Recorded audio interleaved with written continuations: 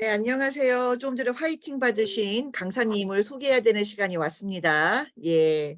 여러분 지금 들어오고 계시는데요. 이제 이 시간에 제대로 제 시간에 참석해 주신 그 50분의 그 수강생들을 위해서 정시에 시작하도록 하겠습니다. 3분만 비껴놨으면 정시죠, 저희가. 계속 들어오고 계시는데요.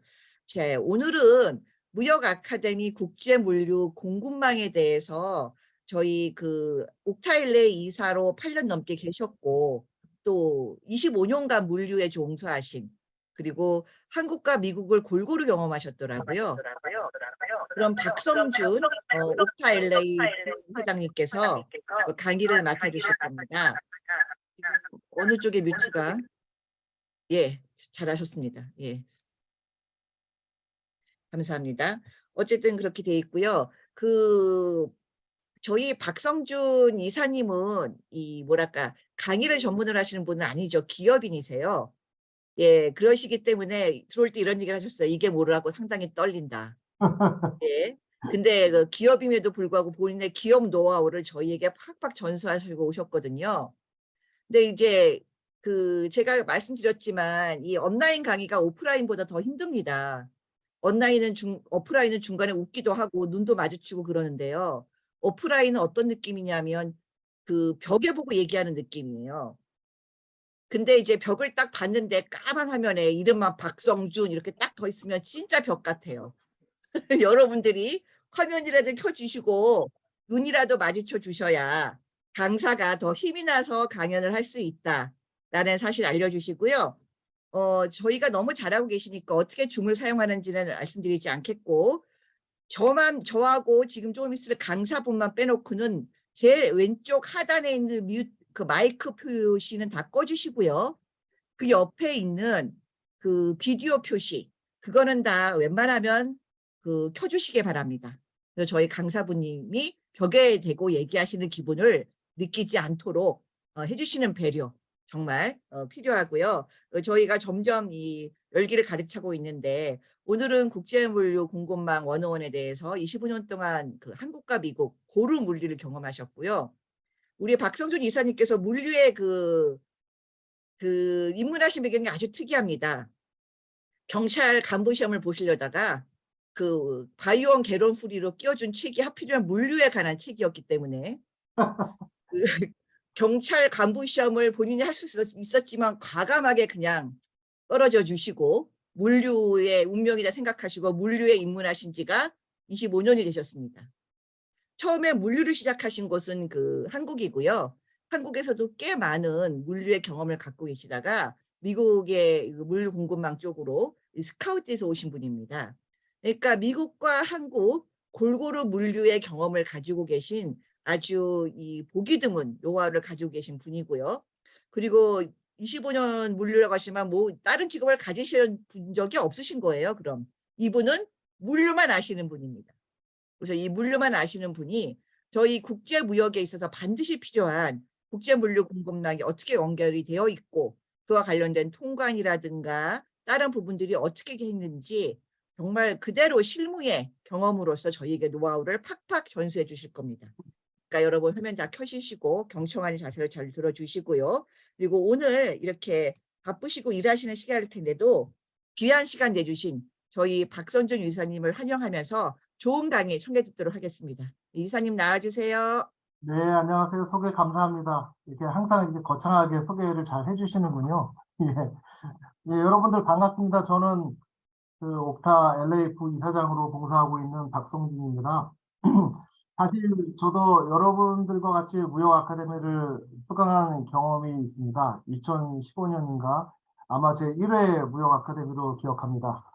그래서 이제 교육 과정을 잘 이수하시면은 이렇게 멋진 수료증을 이렇게 받게 되시는 거예요. 예, 이게 아카데미 수료증인데. 그리고, 보잘것없는 제 이력은 그냥 요 강사 소개 페이지를 좀 참고해 주시고요. 네, 감사한 마음으로 지루하지 않게 한번 1시간 달려보겠습니다.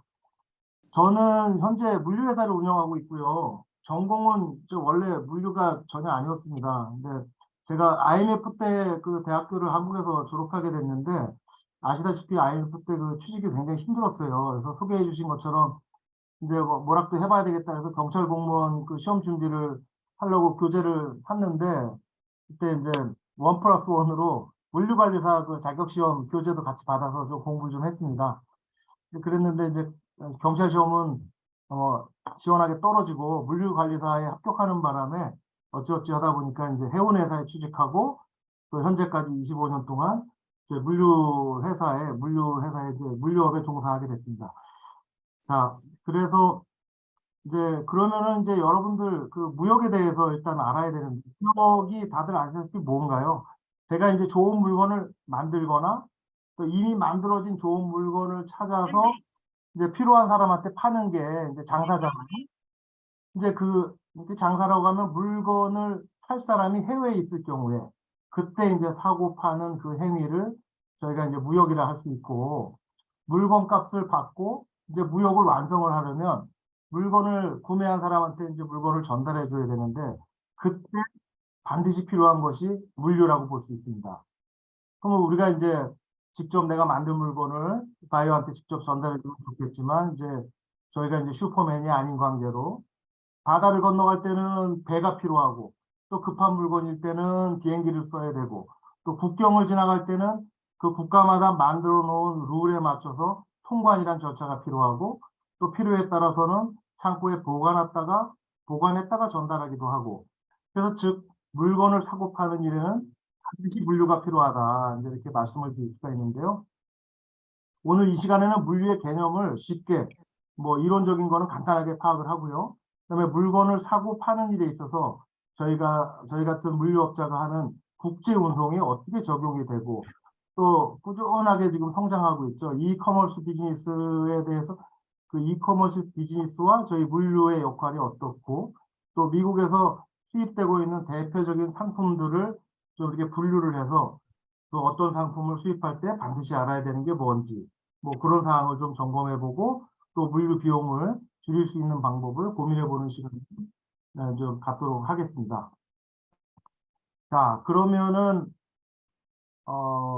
저희가 챕터를 4개로 나눠봤어요. 물류 개론하고 그다음에 택배하고 포워딩 회사의 차이가 뭔지 그다음에 이커머스 풀필먼에 대해서 요즘에 이제 이커머스 하시는 분들이 많으니까 요거에 대해서 이제 저희 회사에서 3PL 서비스를 하면서 어떤 방식으로 진행이 되고 있는지 또 품목별로 무역 상식 이렇게 챕터를 나눠봤고요. 자, 그러면은 바로 물류가 이제 물류 하는데 사람들이 이제 물류가 도대체 뭐냐. 물류는 피지컬 디스트리뷰션이라는 게 물류가 물적 유통의 약자예요. 물적인 거를 유통시킨다. 물류. 그러니까 생산자에서 소비자 또는 특정 지역까지 이동시키는 이제 모든 과정을 물류라 그러는데 물건을 만들 때 필요한 조달 물류가 있겠고요. 만들어진 물건을 보관할 때 필요한 보관 물류가 또 있겠고 또 바이오하고 계약이 성사가 되면은 해외로 수출을 해야 되니까 또 수출 통관이 필요하겠고 배나 비행기를 이용해 가지고 운송을 해야 되니까 국제 운송이 또 필요하고 또 목적지에 도착하면은 그 나라의 룰에 맞게끔 수입 통관을 해야 되고 또 보관이 필요하고 최종적으로 바이오한테 물건을 전달할 때 뭐 저 레일로드로 기차로 운송을 하거나 뭐 트러킹으로 운송을 하거나 그런 운송이 필요하게 됩니다. 이거는 또 다음 장에서 또 설명을 드리고요.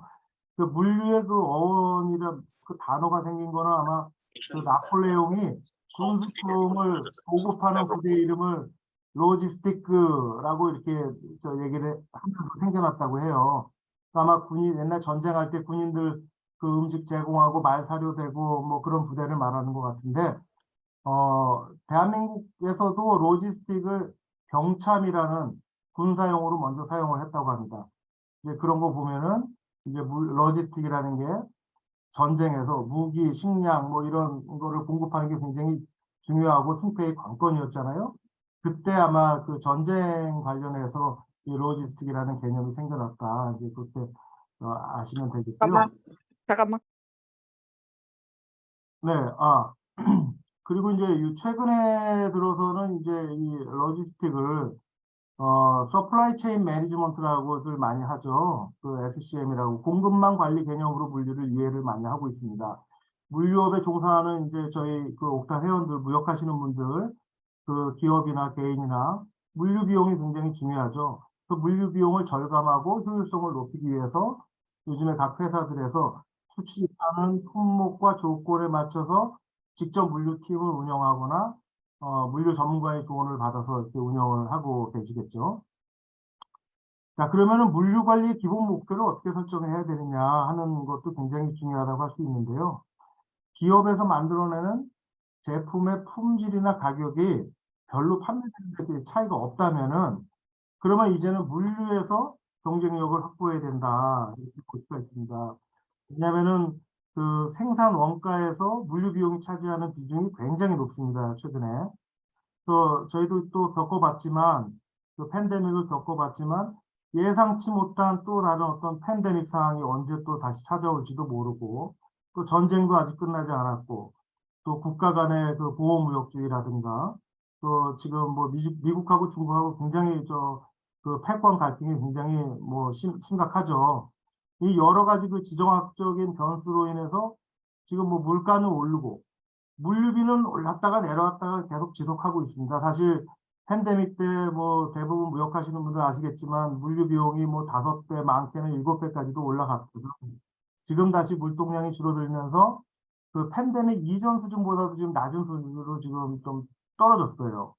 예, 그래서 이제 이거를 갖다가 물류 비용이 굉장히 중요하기 때문에 거래하시는 이제 운송업체라든가 잘 파악을 하셔가지고 본인들의 물류비가 과다하게 좀뭐 내고 있지는 않은지 또 물류 비용을 어떻게 하면 좀 줄일 수 있을 것인가를 이제 물류 전문가들하고 많이 상의를 하시면은 좋을 것 같습니다. 그리고 그래서 이제 무역업에 종사하는 우리들이 물류 체계 혁신을 통해서 경쟁력을 확보하고 많은 고객을 확보하고 기업의 이익을 극대화하는 기술을 설정해야 하겠다 하는 건데 사실 말은 쉽지만 쉽지 않은 일들이죠. 예. 자, 그 다음에 이제 물류에 그러면 중에는 어떤 게 있나 보면은 이제 우리 비행기를 타고 어디 이동할 때도 도메스틱 플라이트 있고 인터내셔널 플라이트 있는 것처럼 그 물류도 국내 운송이 있고 그다음에 국제 운송이 있고 그다음에 커스텀 클리어런스라는 통관 절차가 있고 또 언로딩, 로딩하는 그런 하역이 있고 웨어하우싱이도 보관 창고가 필요할 때도 있고 패킹하고 또 공급망 관리하고 또 안전하게 운송을 하기 위해서 혹시라도 모르는 위험 요소를 줄이기 위해서 뭐 배든 비행기든 운송할 때 저가 보험을 들기도 하고요.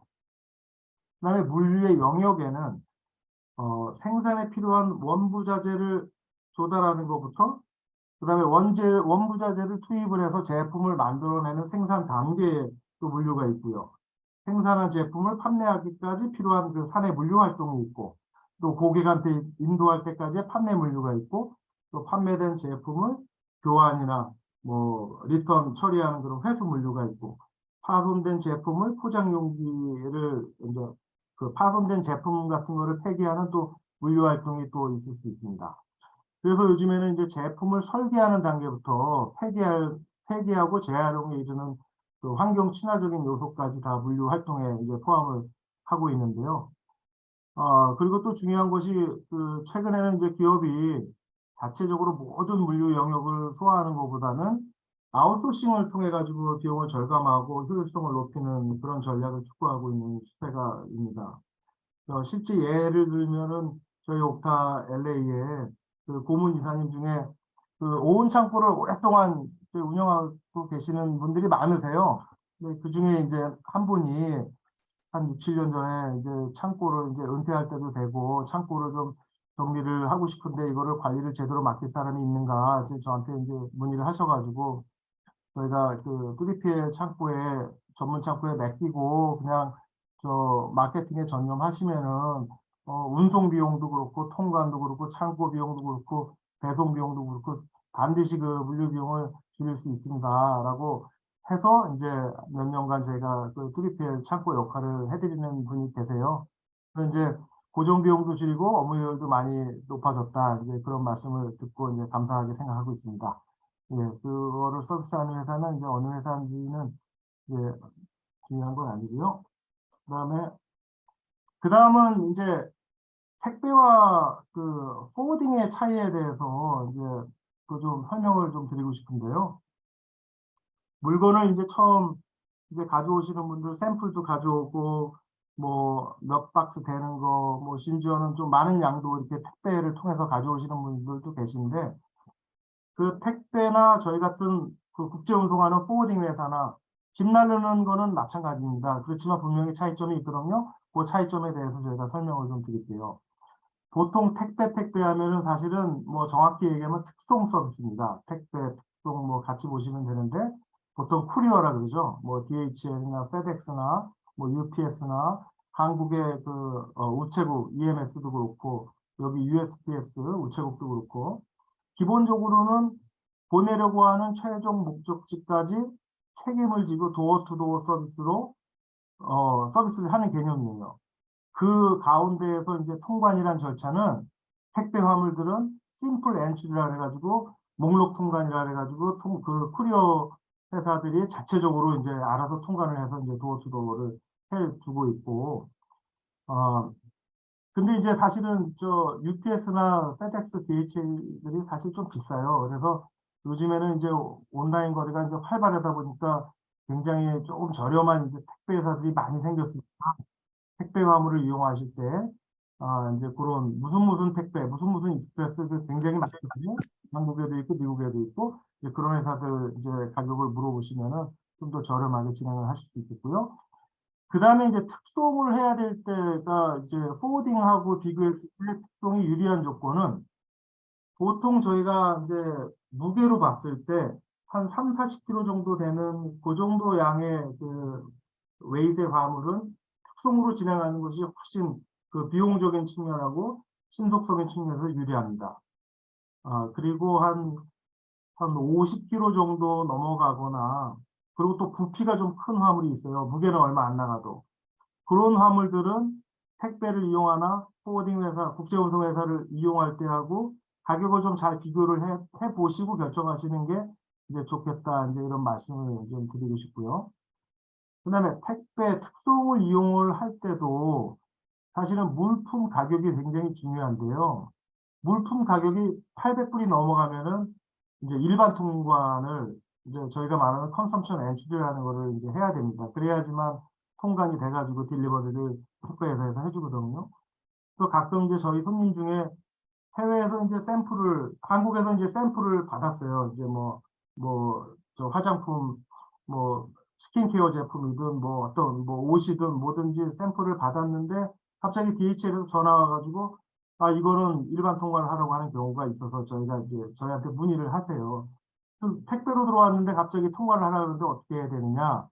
이제 그런 경우에는 아마 제품 가격이 800불이 넘는 경우도 있고 아니면은 이건 반드시 컨섬션 엔트리를 해야 되는 그런 제품인 경우도 있고 좀 다양하긴 한데, 그럴 때는 그 택배 회사에 파워버더니 그러니까 위임장을 써주고 커머셜 인보이스를 제대로 작성해서 보내줘서 얘네들한테 통관을 시켜가지고 딜리버리 받는 경우도 있고, 또 거래하시는 통관사가 있으시다면은 통관회사에 이제 이름을 해가지고 일반 통관을 진행하고 택배회사가 이제 딜리버리를 해주는 그런 경우도 있습니다. 그러니까 정식 통관을 해야 되는 경우 800불 이상의 물건을 가지고 들어올 경우에는 정식 통관을 해야 된다는 거, 그거를 좀 참고하시고요.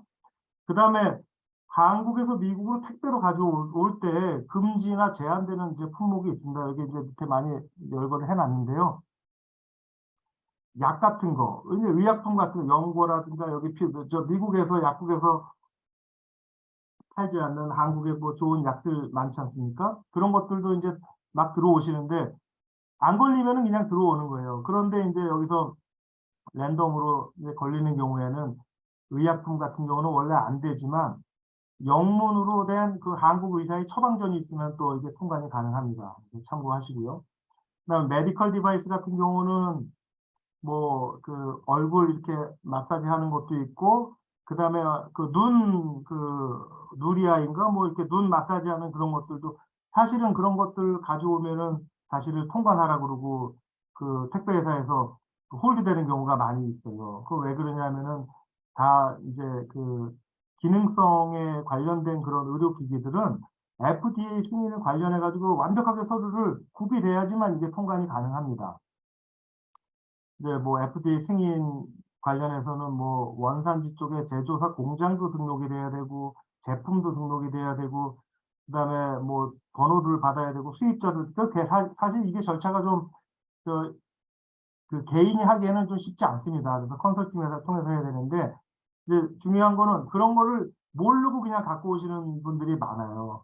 근데 이 복골복인 게 어떤 경우는 또 안 걸리고 그냥 딜리버리가 또 잘 되는 경우도 있거든요. 그래서 어 조금 이제 걱정이 되는 품목이 있으시다 그러면은 이제 저희한테 문의를 주시면은 뭐 불법은 아니지만 이제 테크니컬하게 이렇게 갖고 올 수 있는 방법도 뭐 없지는 않으니까 같이 한번 연구를 해볼 수 있겠다. 이제 그런 말씀을 드리고요. 그 밑에 이제 여기 금지 제한 품목들을 이렇게 쭉 읽어보시면 되고요. 그다음에 이제 다음 장 넘어가서 자, 그러면은 이제 저희 말씀드린 이제 국제운송 포워딩 서비스에 대해서 이제 좀 실예를 들어가면서 좀 설명을 드릴게요. 그 포워딩 회사도 이제 특성과 마찬가지로 집 나르는 일을 한다는 거는 이제 말씀을 드렸고요. 근데 포워딩 회사는 약간 좀 상업적인 화물, 그러니까 이제 여러분들 이제 후웨이를 가시거나 이렇게 보시면은 왜 컨테이너 화물들 트레일러를 왔다 갔다 하는 거 보이죠? 그런 이제 저 컨테이너 화물이나 좀 팔레 단위의 좀 큰 짐들을 이제 저희가 주로 다루고 저희가 이제 어떻게 해서 수익을 내느냐? 저희는 이제 그 대한항공 아시아나 같은 비행기 회사하고 그다음에 그 현대라든가 뭐 머스크라든가 이제 그 배를 갖고 운영하는 shipping 회사들하고 저희가 계약을 합니다. 저희가 갖고 있는 손님들의 양을 모아서 연간 계약으로 큰 볼륨으로다가 싸게 이제 서비스 컨트랙을 내주고 그 가격으로 저희와 거래하시는 이제 무역회사 고객분들한테 저희의 적정 마진을 붙여가지고 이제 팔면서 서비스를 해드리면서 저희가 수익을 이제 만들어내고 하는 그런 일들을 이제 포워딩 회사의 자리다 이렇게 보시면 되고요. 그다음에 포워딩 서비스라고 하면은 이제 에어로 들어오거나 배로 들어오거나 이렇게 두 가지로 구분을 크게 할 수 있는데 이제 배로 들어오는 거는 저희가 FCL하고 LCL이라는 화물로 구분을 하는데 뭐 이미 사실은 많은 분들이 다 아시는 내용이겠지만 이제 복습한다고 생각하시고 FCL은 이제 풀 컨테이너예요. 이 지나가다가 보시는 그 큰 컨테이너 안에 내 물건으로만 다 꽉 찰 수 있다. 내 물건으로 꽉 찰 수 있다. 그러면 그 컨테이너 채로 내가 수입을 하는 거고 내 물건이 이제 처음 시작 단계에서 뭐 몇 박스가 될 수도 있고 뭐 한 팔렛이 될 수도 있고 두 팔렛이 될 수도 있고 이렇게 한 컨테이너에 차지 않을 소량 화물 그 less than container load라고 LCL이라고 저희가 이제 표현을 하는데요.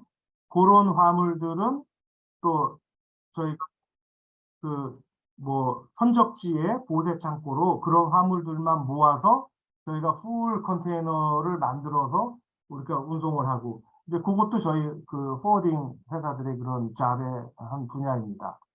그리고 저희 그 포워딩 업무도 택배처럼 미국 전 지역 어디든 간에 도어투도어 서비스가 가능하고요. 자, 그래서 저희가 그 말씀드린 그 풀 컨테이너 로드, 컨테이너 화물의 CY 조건, 요거는 이제 운송 조건인데요. CY 조건이란 말은 이제 부산에서 롱비치로 들어온다고 가정을 하면은 그 컨테이너가 작업되어 있는 컨테이너가 부산 CY가 뭐냐면 컨테이너 야드입니다. 그러니까 배로 선적하기 전에 부산항의 그 항만에 있는 그 지역을 컨테이너 야드라고 부르는데 이제 운송인의 책임이 그 풀 컨테이너를 부산 CY에서부터 롱비치에 도착해서 롱비치 CY 내려질 때까지의 책임과 위험과 비용을 다 운송인이 진다. 그래서 이제 이런 CY 조건에 표현을 하는데 그런 경우에 이제 저희 실예를 들어서 이제 어떻게 운송이 되는지 설명을 드리겠습니다. 그 바디프렌드라고 여러분들 아시죠? 그 세계 최고의 그 마사지 체어 회사. 그 미주 유럽 법인 대표시고 저희 옥타 LA 수석 부회장님이신 김창주 대표님께서 이제 바디프렌즈 마사지 체어를 이제 수입을 하신단 말이죠. 그래서 이제 제가 옥타에서 알게 돼가지고 열심히 이제 열심히 영업을 해가지고 저한테 찬스를 주셨어요. 중국에서 물건 들어올 게 있는데 좀 한번 한번 박 대표님 회사에서 한번 해봐라. 그래서 제가 이제 여쭤봤죠, 처음에. 이 마사지 체어 제품은 이제 메디컬 디바이스고 HS 코드가 9019.10으로 무관세 있는 건 맞는데 요게 클래스 A 메디컬 디바이스면은 제조사, 그다음에 모든 제품, 그다음에 수입자까지 모두 FDA에 등록이 제대로 되어 있어야 수입 통관이 가능한데 이게 잘 되어 있습니까? 라고 여쭤봤더니 이미 오래전부터 미국으로 수입을 하고 있고 우리 공장도 그렇고 다 잘 돼 있으니까 한번 확인해 봐라. 그래서 저한테 자료를 주신 거를 제가 세관에 확인해 봤던 FDA하고 세관에 확인했더니 모든 서류하고 등록이 아주 완벽하게 준비가 되어 있었습니다. 예, 그래서 오케이. 자, 그러면은 물건이 언제쯤 준비가 되시죠? 그래서 5월 말에 이 40풋 큰 컨테이너가 그 안에 이제 마사지처가 들어가 가지고 그 컨테이너가 10대가 지금 준비가 될 거다. 이제 그렇게 말씀을 드렸어요. 그래서 이제 그 다음에 제가 해야 될 거는 그러면은 공장이 어디입니까? 그 중국 상하이에 위치한 우리 공장에서 출고가 될 거다. 그러면 저는 이제 바로 그날 그 중국 상해에 있는 저희 같은 업무를 하는 파트너한테 연락을 합니다.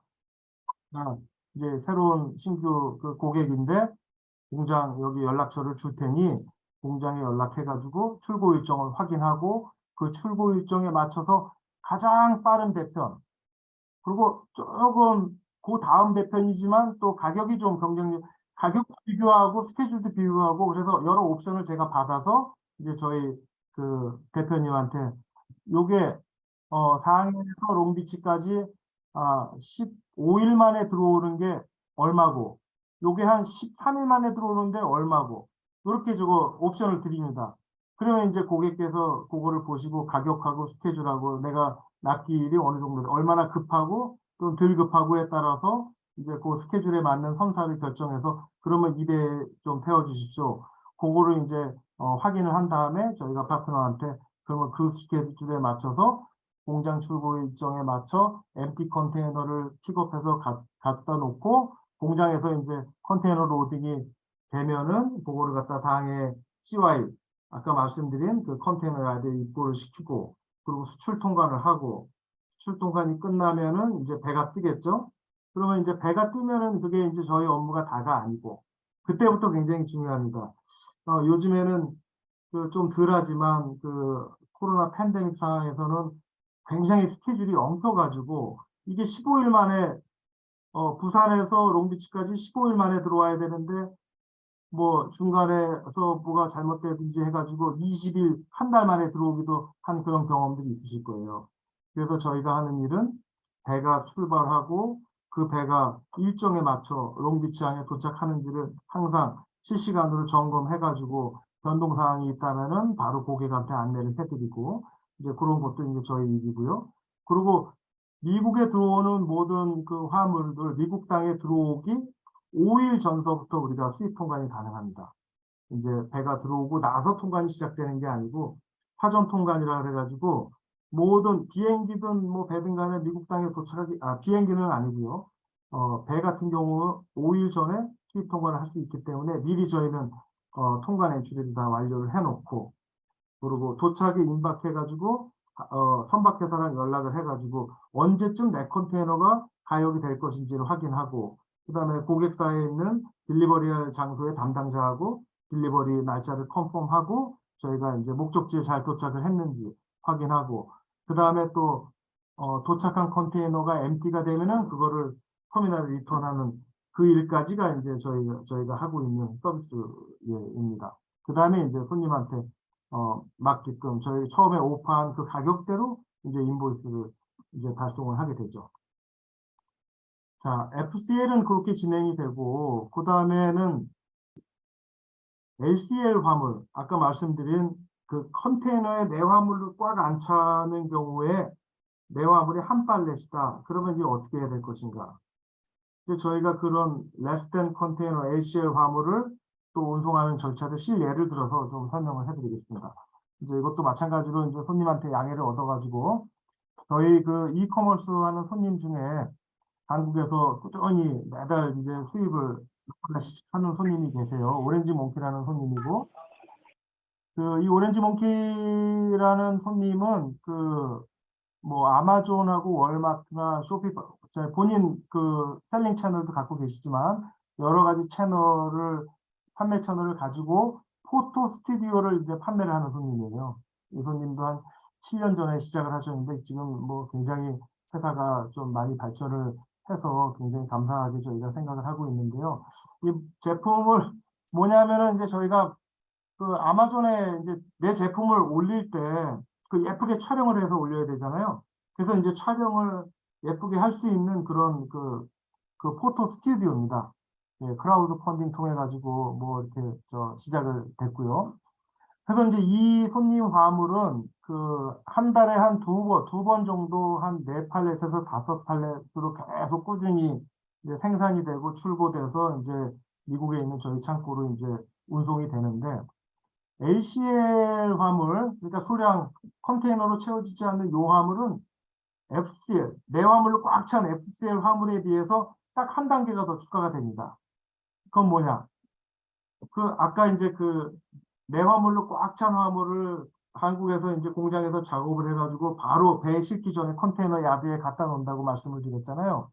근데 요거는 내화물로 꽉 차지 않기 때문에 부산에 있는 그 보세 창고에 한번 들어가야 됩니다. 보세 창고에 들어가서 나처럼 한 컨테이너로 차지 않는 화물을 가지고 있는 여러 손님들, 한 팔레, 두 팔레, 몇 팔레 이렇게 해가지고 이제 한 컨테이너에 쭉 깔면은 10팔렛이 들어가고 포리풋에 뭐 더블 스택이 가능한 물건들은 20 팔렛도 들어가는데 그렇게 해가지고 저희가 무게하고 또 2단 적재를 하지 말아야 될 제품들은 2단 적재를 하지 말아야 되고 그렇게 해가지고 컨테이너 작업하고 쇼링하고 안전하게 이제 패킹을 한 다음에 그 다음에 이제 말씀드린 배에 싣기 전에 보관하는 그 지역 컨테이너 야드라는 그 CY로 옮겨가는 딱 그 한 절차가 이제 추가가 이제 된다고 보시면 되고요. 그다음에 부산에서 미국으로 들어오는 FCL 스케줄은 거의 매일 있다고 보셔도 돼요. 출항이. 근데 이제 이 LCL 같은 경우는 정기적으로 이제 그 손님들의 화물들을 콘솔 해가지고 들어와야 되기 때문에 한 일주일에 한 3회에서 4회 정도 이렇게 스케줄이 있습니다. 아, 자, 그럴 때 제가 하나 말씀드리고 싶은 게 이제 본인들 화물이 한 5팔렛에서 한 7팔렛 정도 될 때가 있어요. 그러면은 요거를 이제 FCL 컨테이너 중에서도 왜 가시다 보면은 긴 40풋 컨테이너가 있고 또 그 절반짜리가 20풋 컨테이너가 있습니다. 그러면 한 7팔렛 정도가 되면은 이제 20풋에 들어가고도 한 3팔렛 정도가 남기는 해요. 남기는 한데 그 당시에 해상 운임하고 비교를 좀 해가지고 내화물만 넣어가지고 20타로 작업을 하는 게 나은지 아니면 그냥 다른 손님들 거 화물하고 묶어가지고 LCL로 진행하는 게 나을지 그건 비용하고 여기 도착지 비용하고 해상 운임하고 이제 납기일하고 여러 가지 전체적으로 이제 상황을 봐가지고 이렇게 판단을 하시면 되겠습니다. 이제 그런 거를 저희가 이제 우리 국제운송을 담당하는 포워딩 회사에서 코디네이트 해드린다고 이제 보시면 되겠고요. 자, 그 다음에는 이제 마지막으로 이것도 좀 중요한 내용인데, 미국은 굉장히 그 대륙이 넓습니다. 넓어가지고, 이제 바이어가 있는 지역이 뭐, 그 해상 항구가 있는 롱비치, 샌프란시스코, 오클랜드만 있는 게 아니죠. 저 뉴욕 사바나 뭐 이쪽에만 계시는 게 아니라 시카고에도 계시고 애틀란타에도 있고 휴스턴에도 있고 뭐 그 미국 대륙 내륙 지역 어디에도 바이어들 분들이 계실 수가 있어요. 그러면은 저희는 책임을 지고 그 인랜드 지역까지 운송을 이제 해드려야 되는데 뭐 대표적인 케이스로 그냥 저희가 예를 들어서 현대자동차가 알라바마에 공장이 있습니다. 조지아 알라바마의 자동차 공장들 그 조립 공장에 납품을 하기 위한 1차 벤더, 2차 벤더, 3차 벤더까지 전부 다 이제 조지아 알라바마 지역에 이제 모여 있다고 보시면 되고요. 이제 그 중에서 예를 들어서 현대자동차 알라바마 공장까지 이제 운송을 해야 된다. 이제 예를 들어서 보면은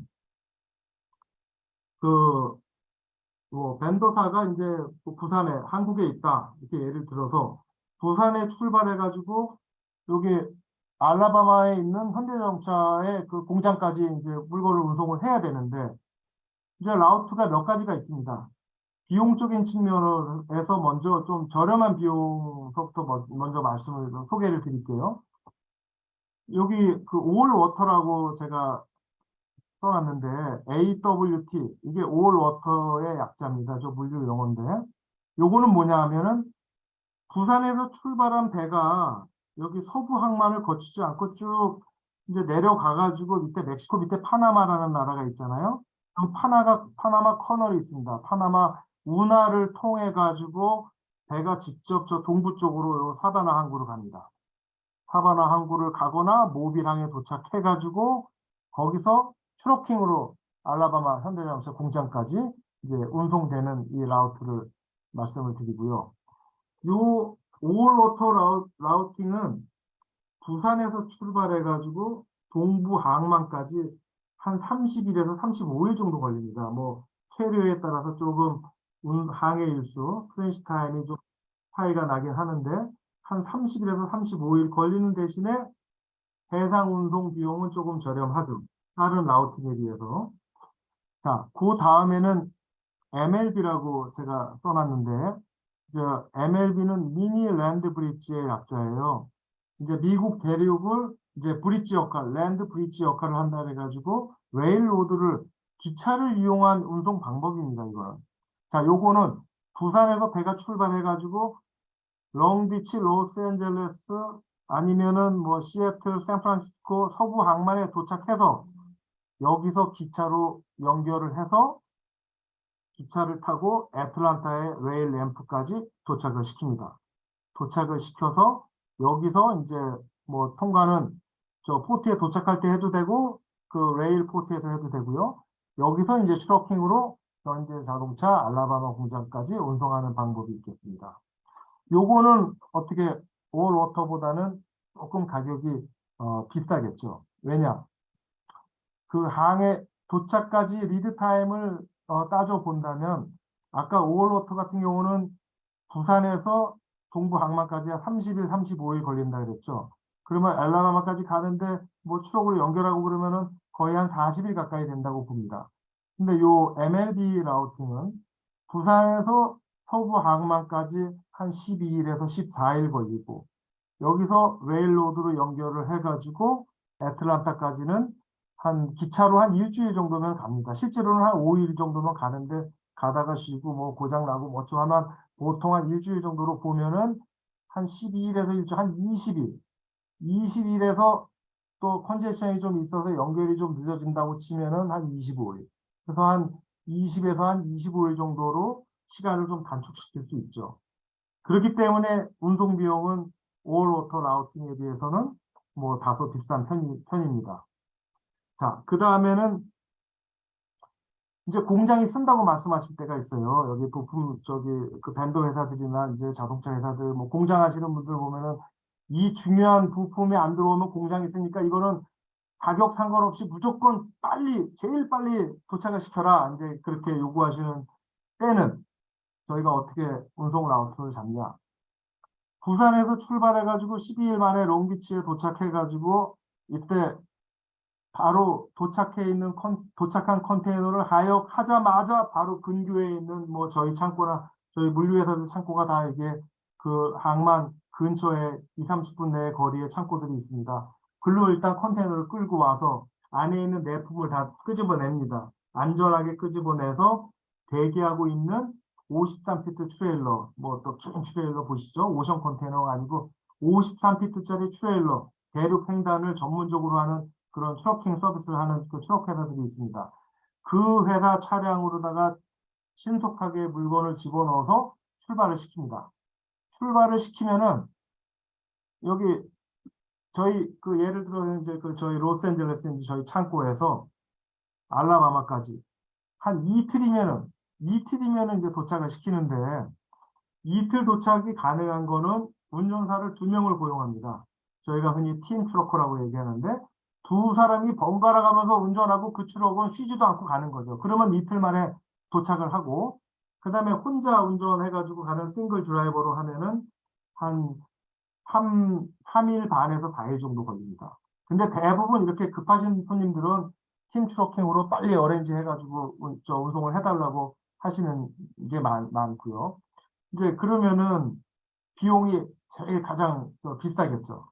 그래서 맨 마지막에 이제 그 말씀드린 팀 트러킹 서비스는 가격은 비싸지만 10일에서 15일 부산에서부터 현대자동차 알라바마 공장까지 15일 안에 도착을 시킬 수 있다. 이제 그런 장점이 있겠습니다. 이제 그렇게 이해를 하시면 되겠고요. 그 다음에는 이제 오션 얘기만 했으니까 이제 항공 운송에 대해서는 뭐 간단하게만 말씀을 드릴게요. 우리가 뭐 비싼 돈 주고 비행기를 통해 가지고 운송을 왜 하겠습니까? 뭐 확실하게 도착을 시켜야 되는 뭐 목적이 있는 거죠. 그래서 정확한 시간에 도착을 하고 또 안전하고 그다음에 비행기로 실을 수 있는 제품들이 있어요. 뭐 변질되기 쉬운 제품, 뭐 예민한 제품 이런 제품들은 이제 비행기를 태워가지고 안전하고 신속하게 이제 운송을 해야 되겠고요. 그다음에 항공 운송에서 좀 알으셔야 될 게 항공 운임은 무게로 이제 일단 기본적으로 책정이 됩니다. 무게로 책정이 되는데 무조건 무게로만 책정하기에는 이제 무게는 얼마 안 나가는데 부피가 큰 그 물건들이 있을 거잖아요. 그러면 이제 항공 화물기에다가 실제 무게로만 운임을 받으면 이제 항공회사들 다 이제 도산하겠죠. 그래서 항공 운송에 있어서의 그 무게 운임 책정은 차지오블 웨이트, 그러니까 레비뉴톤이라고 저희가 얘기를 하는데 실제 그 화물의 무게와 그 실제 화물을 디멘션을 용적을 재가지고 그렇게 무게를 또 산출해낼 수가 있습니다. 그걸 가지고 볼륨 웨이트라 그러는데 실제 액추얼 웨이트와 공식에 의해서 산출된 부피, 볼륨 웨이트를 중에서 많은 쪽으로 이제 책정을 해가지고 이제 무게를 항공운임을 이제 청구를 하게 됩니다. 그렇기 때문에 이제 항상 여러분들이 이제 수입하거나 수출하거나 하실 때 그 화물의 무게만이 아니라 항상 디멘션, 용적을 보고 이제 운임 문의를 하실 때도 그렇게 용적을 같이 주고 계산을 이제 우리 화물이 차지어블 웨이트로 어느 정도 웨이트이 나가느냐 그 웨이트에 맞춰서 항공운임이 얼마가 적용이 되느냐 그거를 갖다가 이제 해당 포워더한테 이제 문의를 하시면 되겠습니다. 여기 그 계산하는 공식은 이렇게 보시면 이제 아실 수 있고요.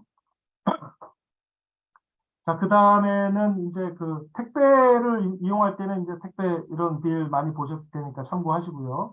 그 다음에 저희 같은 이제 국제운송회사를 통해서 할 때는 이제 이게 BL이거든요. 이거는 항공 BL이고 또 오션 BL도 뭐 따로 있지만 뭐 비슷합니다. 뭐 BL에 관해서도 설명드릴 일이 뭐 건이 많지만 이제 너무 방대하기 때문에 일단은 오늘은 여기까지 간단하게 참고하시고요. 그 다음에는 이제 이커머스 요즘에 많이들 하시고 관심도 많으시고 정말 팬데믹 이후에 굉장히 많이 전자상거래, 온라인 상거래 그런 판매 채널을 이용해 가지고 판매를 하시는 분들이 부쩍 더 늘으셨는데 아시는 분들은 뭐 지금 사업을 하시는 분들은 당연히 뭐 내용을 많이 아시겠지만 도대체 이커머스가 뭐고 이커머스 풀필먼이라고도 많이 들어보셨을 거예요. 뭐 기사에도 많이 보고. 그러면 이커머스 이게 풀필먼이 뭔가 뭐를 얘기하는 건지 그거를 좀 공부를 간단하게 하면서 실질적으로 저희 그 3PL 창고에서 이커머스 손님들에 대해서 서비스가 어떻게 이루어지는지 그 과정을 좀 설명을 드리도록 하겠습니다. 자, 이커머스 풀필먼은 간단하게 얘기하면은 이제 공급망 관리하는 겁니다. 주문을 받을 때서부터 해가지고, 주문을 받으면은 갖고 있는 물건을 픽해가지고 패킹한 다음에 주문을 발송을 하고 또 리턴을 받고 또 인벤토리 관리를 하고 이런 그 구매자의 주문을 처리하는 전반적인 그런 과정을 이커머스 풀필먼트라고 하고요. 그다음에 그 중에서도 B2B는 비즈니스 투 비즈니스. 그 내가 이제 도매하는 사람들, 좀 크게 하는 사람들한테 이제 대규모로 주문을 받는 거를 B2B,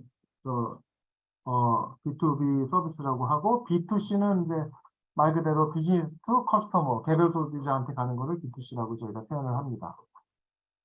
그래서 이커머스 풀필먼에서 이제 매니지먼트가 뭐 당연히 뭐 중요하겠죠. 왜냐하면은 보통 온라인 이제 판매하시는 분들 보시면은 그냥 아마존만 하시는 분들이 없고 자기 오wn 채널만 갖고 계신 분들이 없어요.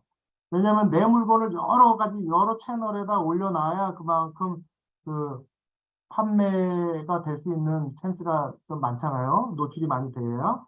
그래서 이제 판매하시는 분들의 다양한 셀링 채널을 그러면은 내가 뭐 어떤 플랫폼이 없다고 치면은 매일매일 내가 아마존에도 들어가고 내 홈쇼 내 온라인 채널에 들어가고 월마트에 들어가고 아마존 샘스클럽도 들어가고 S에도 들어가고 이거를 다 각각 이렇게 관리를 해야 되니까 그게 굉장히 그 쉽지 않은 부분이 있죠. 그래서 이제 생겨난 게 이제 그런 셀링 채널하고 이커머스를 전문적으로 관리해주는 그런 플랫폼들이 있습니다. 요즘에 많이 생겼는데 대표적인 게 이제 쉽스테이션이라는 건데 그게 채널을 연결해가지고 이제 그 관리를 좀 이지하게 할 수 있는 그런 플랫폼이 있고요.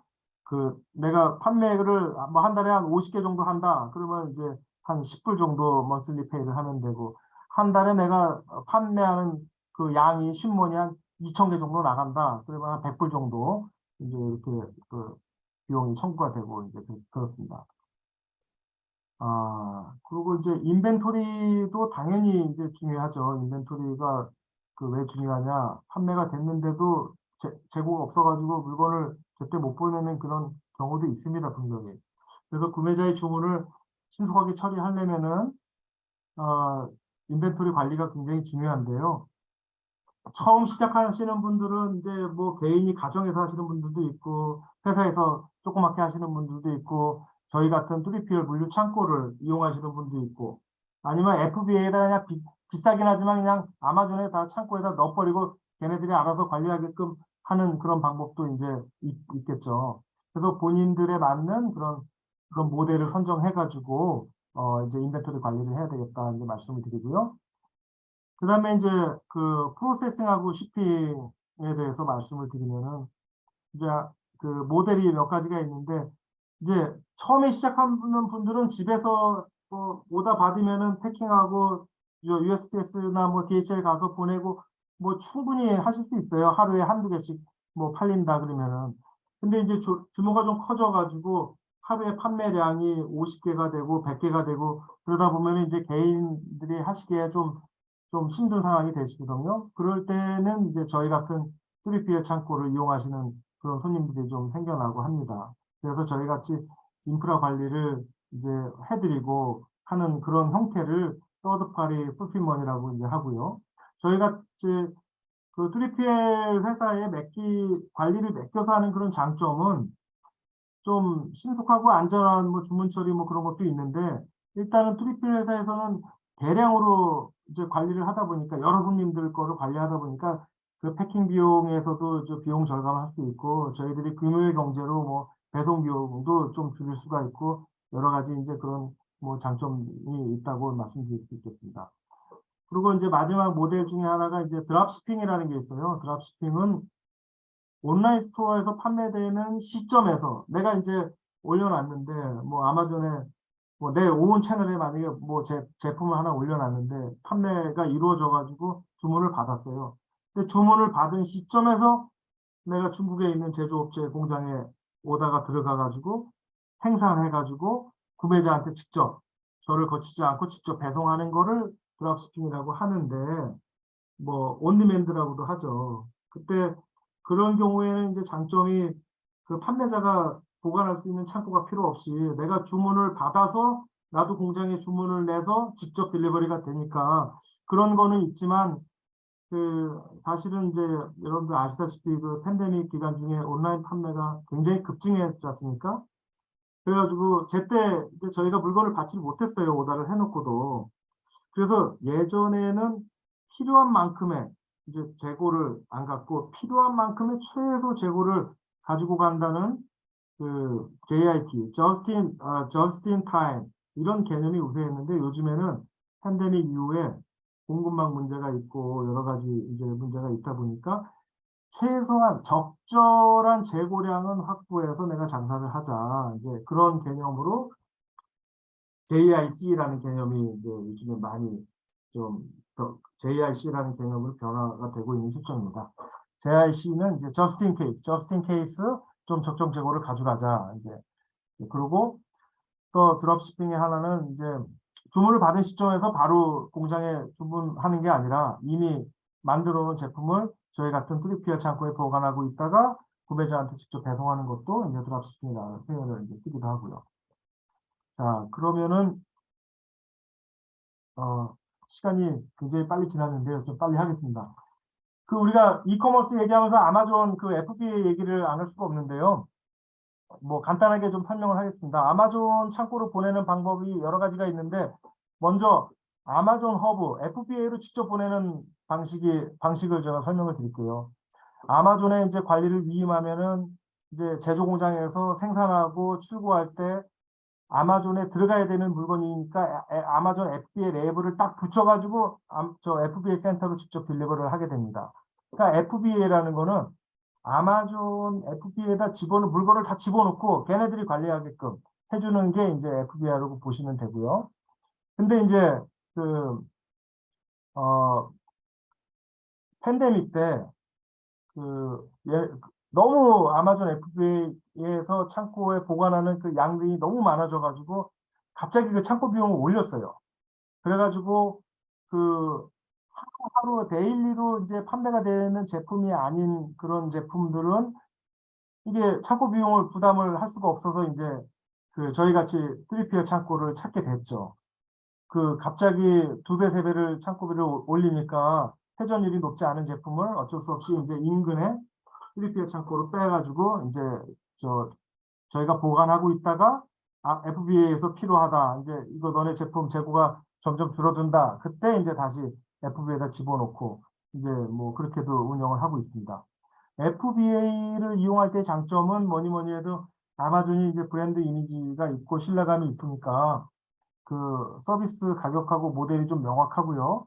그 다음에 아마존 애들이 전 세계적으로 풀스먼 센터가 잘 구축이 네트워크가 돼 있으니까 이제 그런 장점이 있고 또 규모의 경제로 아마존 운송이 굉장히 많다 보니까 이제 배송비가 굉장히 저렴합니다. 가격적으로. 근데 단점이라고 얘기하면은 FBA로 직접 물건을 넣는 단점은 창고비 요율이 약간 무지하게 비싸다는 거. 예, 무지하게 비싸고 그다음에 프라임 서비스 제품만 입고가 가능하다는 거. 요즘에는 뭐 3PL 창고에서 배송되는 것도 프라임 서비스가 가능하다고 하는데요. 네, 그렇고 아마존에만 이제 치중하기에는 이제 내 제품에 대한 브랜드 이미지가 아마존 브랜드에 좀 가려가지고 내 독자적인 어떤 이미지 구축하는데 좀 어려움이 좀 있다고 하시더라고요. 그다음에 내 제품에 대한 고객 정보라든가 모든 데이터가 아마존에 이제 넘겨줘야 되기 때문에 이제 그런 것도 좀 불안한 이제 그런 게 있고요.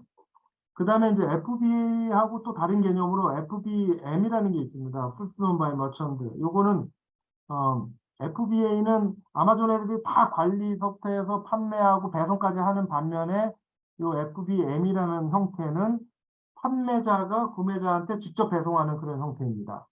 물론 저희 같은 이제 물류회사를 3PL 회사를 끼고 있으면 저희가 판매자를 대신해서 모든 관리를 대행해주고 배송을 이제 해드리고 있지만 아무튼 개념은 이제 판매자가 직접 구매자한테 배송을 한다 이제 그런 개념이다. 물론 이때도 아마존 채널을 통해서 판매되는 거는 배송비를 좀 줄이기 위해서 아마존 트러커를 또 이용할 수도 있어요. 그 다음에 아마존 벤더, 우리가 고객 관리를 해드리려면은, 아마존 벤더 센트럴에 들어가서 관리를 해줘야 되는데, 저희가 그 액세스 아이디하고 패스워드를 다 받아가지고 이제 관리를 해드리고 있습니다. 이거는 실제 예를 들면서 간단하게만 설명을 드릴게요.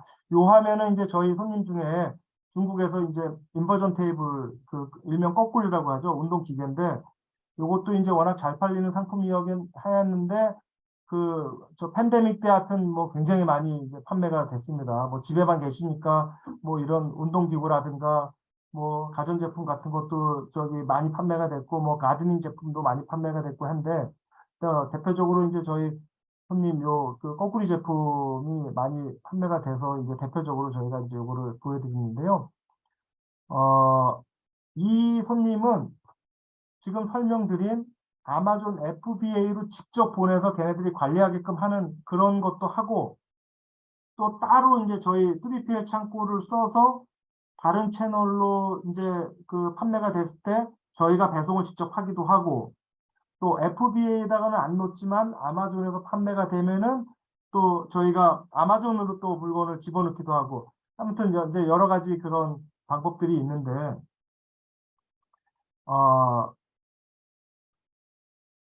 저희가 관리하면서 액세스 받아서 레이블도 다 프린아웃 해가지고 저희가 에브리데이 그 데일리 배송을 좀 하고 있습니다.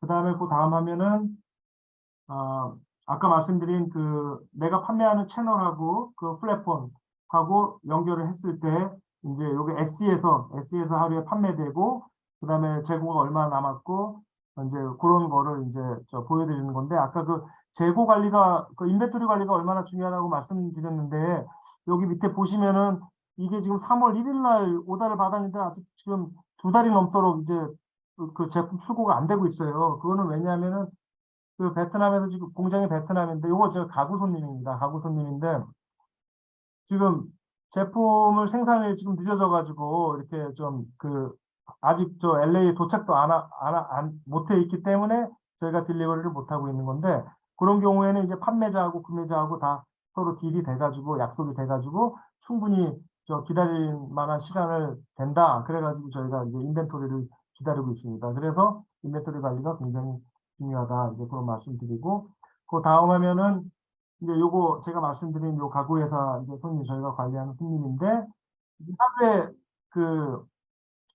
이제 여러 이제 그 구매자들이 이제 그 판매 채널에 들어와 가지고 구매를 하게 되면은 저희 창고에서 관리하고 있는 이 제품들이 아침에 출근하면은 이제 한눈에 착 눈에 이렇게 보게 됩니다. 그러면은 이 테이블은 6개, 이 테이블은 4개, 3개 뭐 이렇게 쫙 뜨면은 요거를 마스터픽으로다가 출력을 해가지고 우리 창고 직원한테 주면은 창고 직원이 한 번에 이거를 쫙 픽업을 해서 그 레이블을 프린아웃을 하면은 예전에는 다 인디비주얼리 다 각자 입력을 하고 뽑게 되는데 요즘에는 좀 업그레이드가 잘 돼가지고 한 번에 프린아웃을 레이블 프린아웃을 쫙 해가지고 각자 구매한 사람의 목적지별로 착착 프린아웃이 돼서 레이블 붙이고 저희가 바로 데일리로 UPS, DHL, 페덱스 차량이 저희가 아침 저녁으로 이제 저희 창고에 데일리 픽업 오기 때문에 바로 신속하게 배송이 이루어진다. 이제 요 말씀을 드리는 거고 그 다음에는 이제 손님들이 이제 플랫폼을 이용하면서 이제 캐리어 채널이 몇 개 있습니다. 그래서 내가 선택해가지고 내 입맛에 맞는 그런 할 수 있다는 거고요. 그 다음에 마지막으로 이거는 요즘에 최근 들어서 온라인 쇼핑으로 구매한 제품 받으실 때 박스 데미지가 많이 있어요. 박스 데미지가 있고 어떤 거는 이제 제품 데미지까지 이제 그런 게 종종 보이는데 저희 이제 제품의 특성에 맞춰서 이제 패킹 툴을 이용해 가지고 이런 툴을 이용해 가지고 박스까지도 이제 슈링크 랩을 해 가지고 저희가 이제 그런 서비스가 가능하다 하고 여러분들 이제 판매하는 제품 중에 여러 가지 제품이 한 손님한테 가를 경우에는 이 마스터 박스를 하나 오버팩해서 마스터 박스를 하나 만드셔야 되는데 그 안에 뭐 제품에 따라서 흔들리지 않도록 뭐 이렇게 잘 오버팩을 잘 해야 될 이제 필요가 있다. 이제 그런 말씀을 좀 드리고요.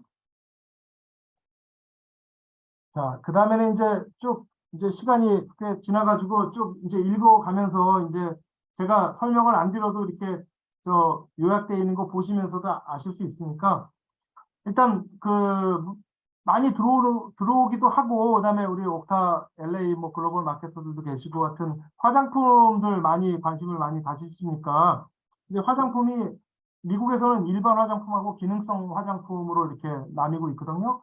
대부분이 이제 둘이 관세는 프리고요.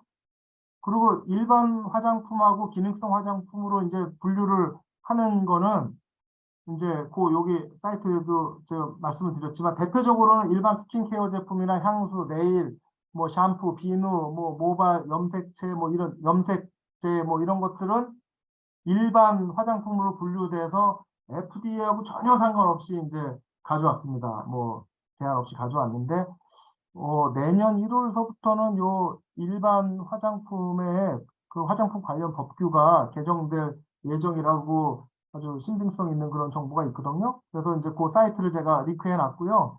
근데 요거 아마 그 통관 세션에서 이제 그 강의해 주신 분이 아마 설명을 해 주실 거라고 이제 생각을 하고 있습니다. 그리고 이제 기능성 화장품이라고 하는 게 이제 선크림, 미백, 아무튼 주름 개선, 피부 탄력, 어쨌든 간에 뭔가 얼굴에 기능이 좋아지고 뭐 기능의 발휘가 되고 그런 것들은 FDA 오버 더 카운터 드러그라고 일반 의약품으로 이게 화장품인데 이게 기능성들은 의약품으로 분류하기 때문에 반드시 별도로 OTC 그 드러그 등록을 하여야 수입이 소관이 가능하니까 이제 이미 많이 하시는 분들은 아시겠지만 이제 처음으로 화장품 이거 뭐 좋은 거 있으면 가져와서 한번 판매 채널에 올려서 팔아봐야지 하고 계신 분들은 내가 수입하고자 하는 그 화장품이 종류가 어떤 건지 이게 뭐 저 통관 규정이 어떤지 그거를 관세사들 통관사들하고 상의를 하셔가지고 이제 하셔야 됩니다. 이게 사실은 진짜 이게 아시는 것도 같지만 또 많은 분들이 이게 그냥 일반 화장품인 줄 알고 그냥 막 갖고 들어오셔가지고 이게 저 FDA 등록 없이 가져와가지고 압류되고 뭐 이게 반송도 어려워요. 어떤 경우는 그럼 그냥 폐기해야 되는데 폐기도 이거 물건도 못 써보고 폐기 비용도 이렇게 내라 그래가지고 폐기 비용까지 내야 되는 그런 불이익을 받는 사례가 좀 종종 있으니까 이거를 좀 잘 확인을 하시고요. 그리고 그 FDA 관련 전문 컨설팅 회사는 제가 아는 데가 두 군데, 여기 두 분 다, 이 회사가 참 잘하는 회사입니다. 이게 유명한 회사고요. 랩도 다, 저, 연구원들도 다 갖춰져 있고 하니까, 뭐, FDA 인허가 관련해가지고는 여기 두 군데에다가 이제 문의하시면 되겠고요. 제가 이분들 세일즈 대신 해드리는 건 아니고요. 자, 그 다음에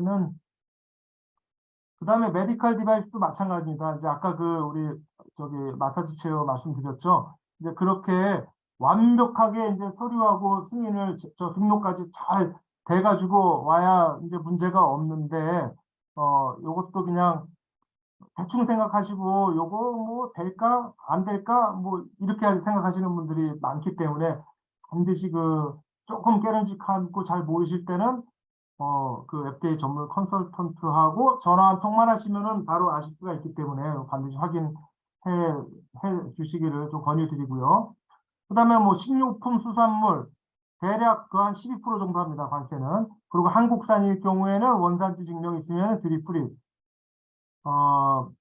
그렇지만 식료품은 제조사 등록은 필수입니다. 근데 이제 대부분 그 식료품 만드는 회사들 공장은 FDA에 대부분 다 등록이 제대로 되어 있어요. 이거는.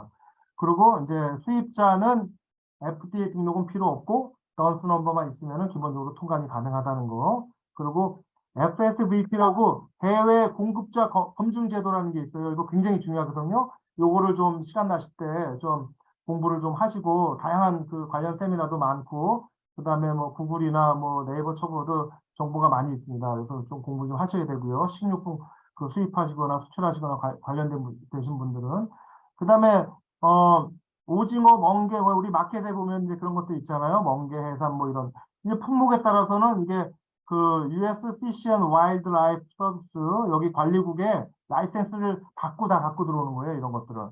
그러니까 이제 뭐든지 아무튼 본인이 이제 수입이든 수출이든 가지고 올라오는 거에 그 수입이라 그러면은 미국 쪽 관세 규정을 잘 알아야 되고 수출하신다 그러면은 저 도착지 쪽에 그 관세 규정을 확실하게 알고 이제 무역을 하셔야 된다 이제 말씀드리고요.